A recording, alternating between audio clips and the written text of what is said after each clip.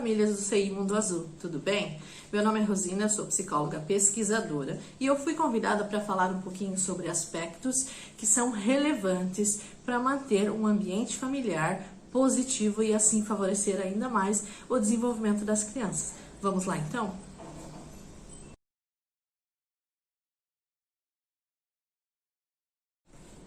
Primeiro aspecto, rotina. A rotina é muito saudável e muito positiva para a criança. Através dela, ela sabe o que a família espera dela e o que ela também pode esperar do seu dia em determinados momentos. Então, questões centrais do dia a dia da criança, como por exemplo, hora do banho, hora de dormir, hora de acordar, é importante que estejam marcadas em um determinado período.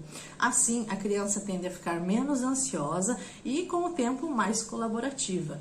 A rotina também ajuda os pais, pois é possível fazer um planejamento melhor do dia a partir de uma rotina pré-estabelecida.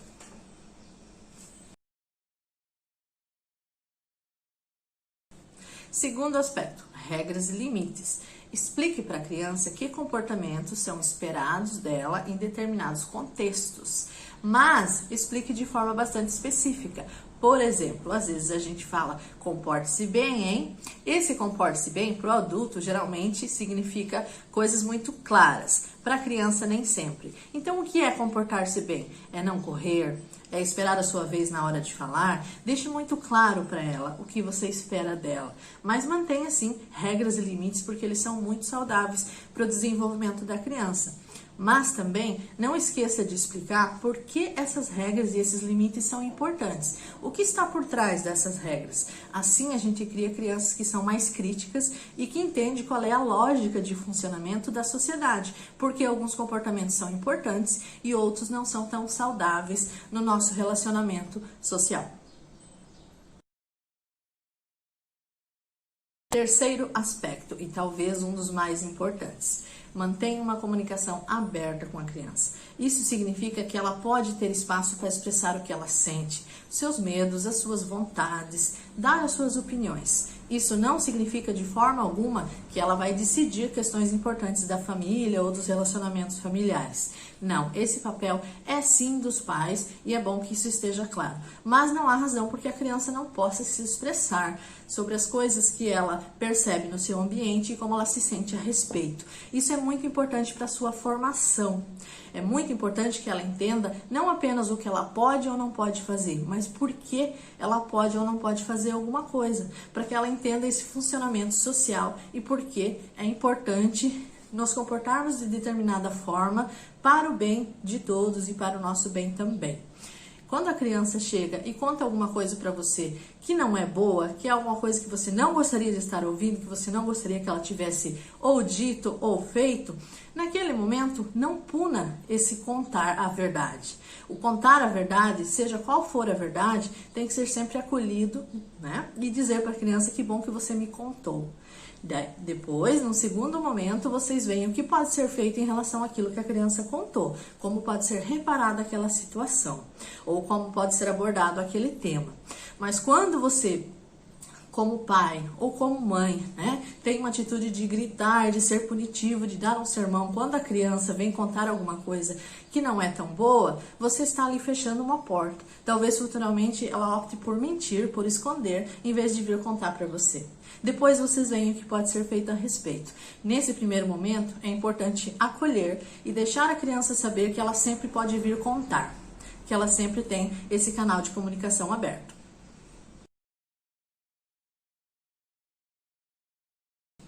Quarto aspecto, valorize os pequenos acertos e as boas atitudes da criança. Às vezes a criança vai tentar realizar comportamentos que não saem exatamente como a gente idealiza, perfeitinho. Por exemplo, às vezes ela vai com 5 brinquedos para guardar e acaba derrubando 3 no caminho. Ou às vezes ela vai escovar os dentes e acaba sujando toda a pia. Mas a gente precisa pensar o que é mais importante naquele momento. Ela começar a escovar os dentes, ela prestar atenção no escovar os dentes ou a limpeza da pia. Mais pra frente vocês vão arrumando isso, vocês vão ajeitando, encontrando maneiras de não fazer as coisas sem deixar tanto para trás, né? Ela vai encontrando um jeito melhor, mais adequado para fazer. Mas principalmente crianças pequenas, a gente tem que valorizar, tem que elogiar, tem que pontuar esses pequenos acertos, as pequenas atitudes, as pequenas iniciativas, para que elas consigam, então, ter uma autoestima e continuar realizando aquele comportamento. Da mesma forma, quando a gente for corrigir um comportamento, vamos corrigir sempre o comportamento específico da criança, né? Então, nossa, você deixou os brinquedos espalhados, vamos recolher? E não, como você é bagunceira. Não rotule a criança a partir de um comportamento que ela expressa. Ela é muito mais do que isso, somos todos muito mais do que apenas uma coisa. A criança acaba internalizando. Então, procure evitar de dizer você é esquecida, você é bagunceira, você é relaxada, né? Aponte um comportamento específico que não foi legal. Nossa, você esqueceu de fazer a sua tarefinha de aula, né? Então, vamos prestar mais atenção, vamos achar uma forma com que da próxima vez a gente consiga lembrar de uma maneira mais efetiva. Então, vamos ajudar a criança nesse sentido.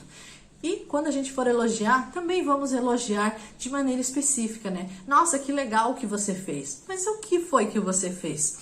Que legal, você escovou os seus dentes da maneira certinha. Eu vi você escovando atrás, escovando em cima, muito legal. Que bom que você guardou os seus brinquedos, que bom que você lembrou de guardar o seu material. Para que a criança conecte de maneira específica o que está sendo elogiado, o que foi bom que eu fiz, né? Às vezes, a gente adulto acaba sendo muito geral, porque para nós está tudo muito claro, tudo faz muito sentido. Mas com a criança a gente tem que ser específico e conciso, e principalmente falando por frases curtas. Legal que você guardou o seu material, muito bem, tá bom?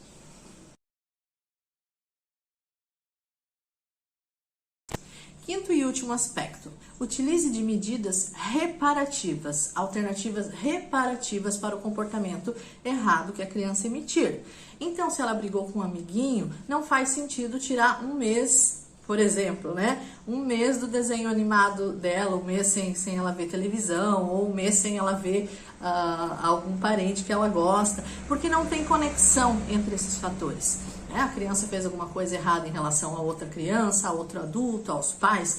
Primeiro momento, senta com ela e explica por quê, de forma simples, de forma clara, sem o tom de sermão. Diz assim, vem aqui, senta comigo, vamos tentar entender o que a outra criança sentiu quando você falou isso para ela.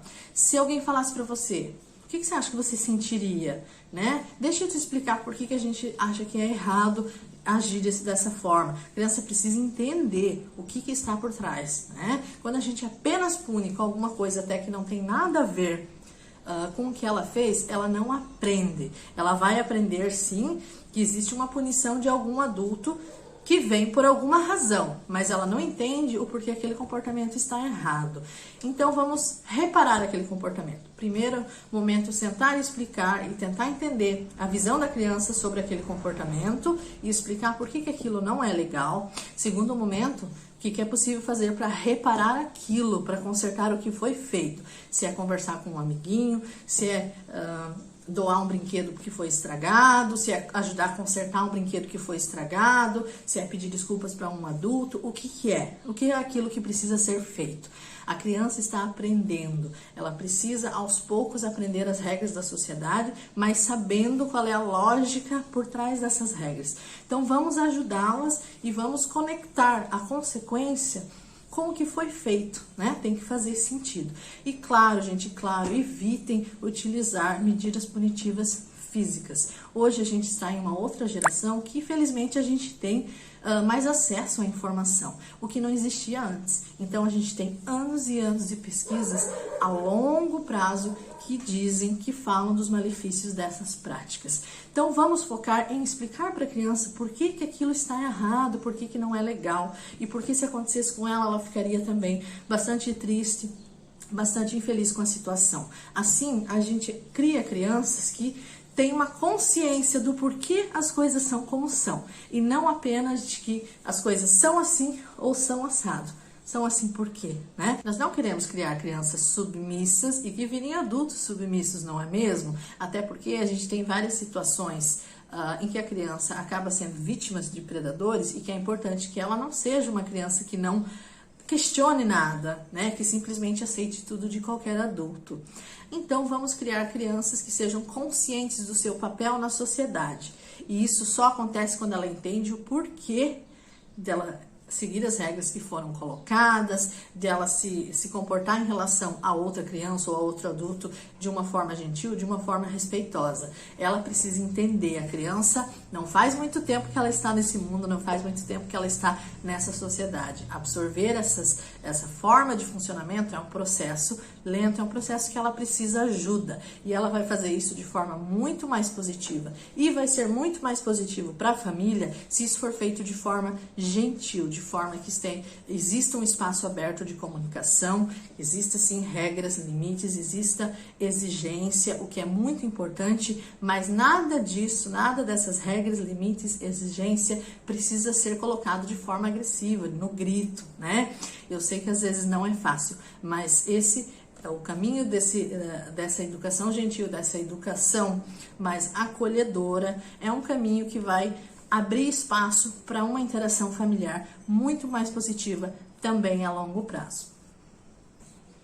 Era isso então, eu espero que tenha ajudado de alguma forma, eu agradeço o convite, só vou fechar com uma reflexão dizendo que a parentalidade, o valor da parentalidade está na soma das coisas. Então isso significa que vai haver erros, vai haver coisas que depois a gente pensa, puxa, talvez devia ter agido de uma outra forma, e esse reconhecer, ele é saudável para a família, ele é saudável até para a criança ver que o adulto também erra, o adulto também se comporta às vezes no calor das emoções, mas a gente dá um passo para trás, pensa assim, poderia ter feito diferente. Isso é muito importante para a criança. A aprendizagem pelo exemplo é fundamental. Então, a gente não vai ser um modelo perfeito de equilíbrio emocional, né, de perfeição nas práticas parentais, e nem é isso que se procura. Mas de ter essa iniciativa, de tentar sempre aprimorar e ver o que é mais saudável para a criança e o que é mais saudável para a criança, sempre acaba sendo mais saudável para o núcleo familiar. Isso sempre anda junto. Então, é a soma das coisas.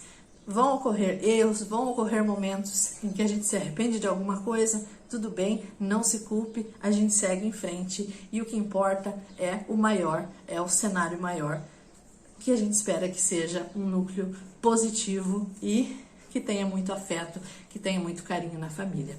Muito obrigada pelo convite.